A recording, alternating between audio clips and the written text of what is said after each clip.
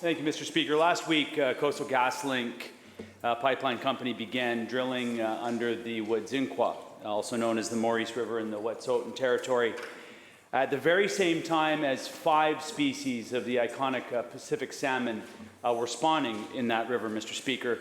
Coastal GasLink cannot be trusted to protect our environment. In fact, this company has already been issued 51 warnings, 16 orders, and 2 fines by the BC Environmental Assessment Office. They've damaged wetlands, rivers, and lakes along the pipeline route. Now they're drilling just a stone's throw away from millions of salmon eggs, imperiling an entire generation of salmon.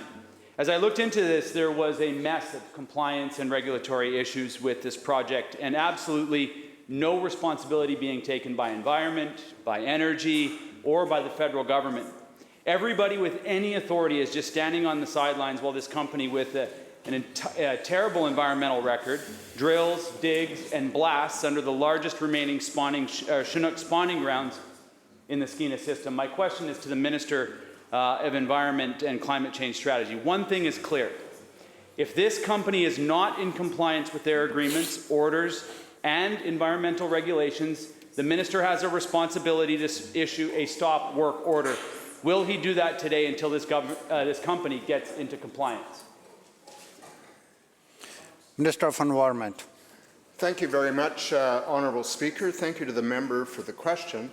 I, however, reject the premise of his statement that that the Environmental Assessment Office and that responsible officials have stood by and done nothing. That is simply not true.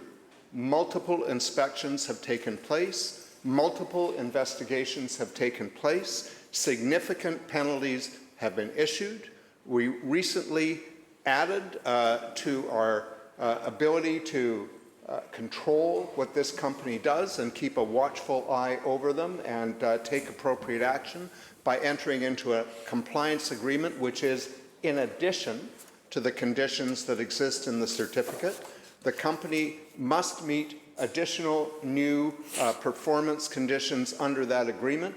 We are monitoring it on a regular basis, and we intend to ensure that the transgressions and issues of non-compliance cease, and I am seized of the issue. Member.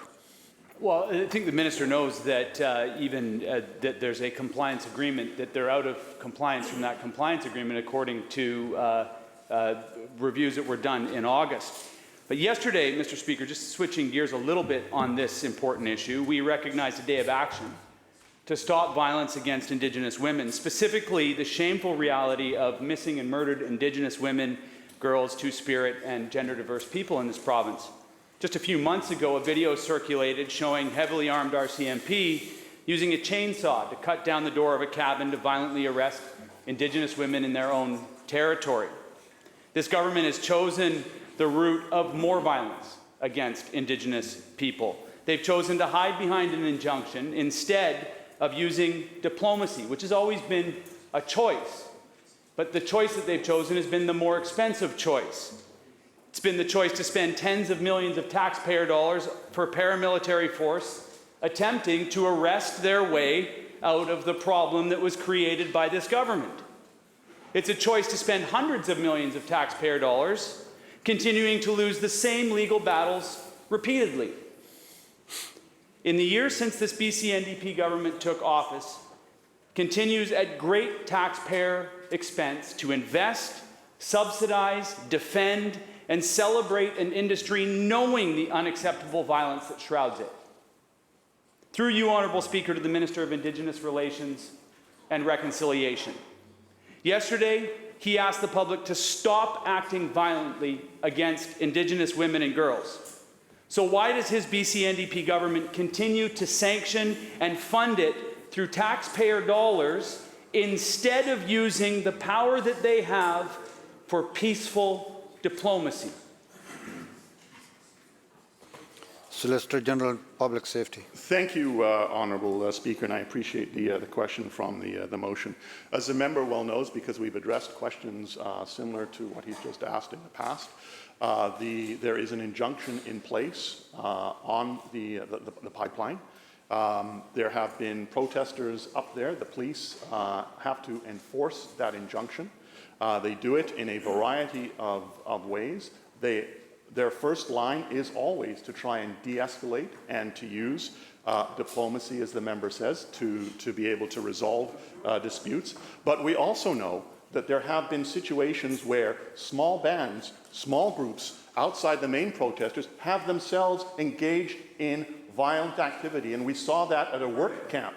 We saw that where workers were swarmed, equipment was damaged, buildings were damaged, and the police have to deal with those situations. They make operational decisions based on the situation on the ground, Honourable Speaker. And there are processes and legislation and rules and protocols in place that if there are things that they will themselves be held accountable.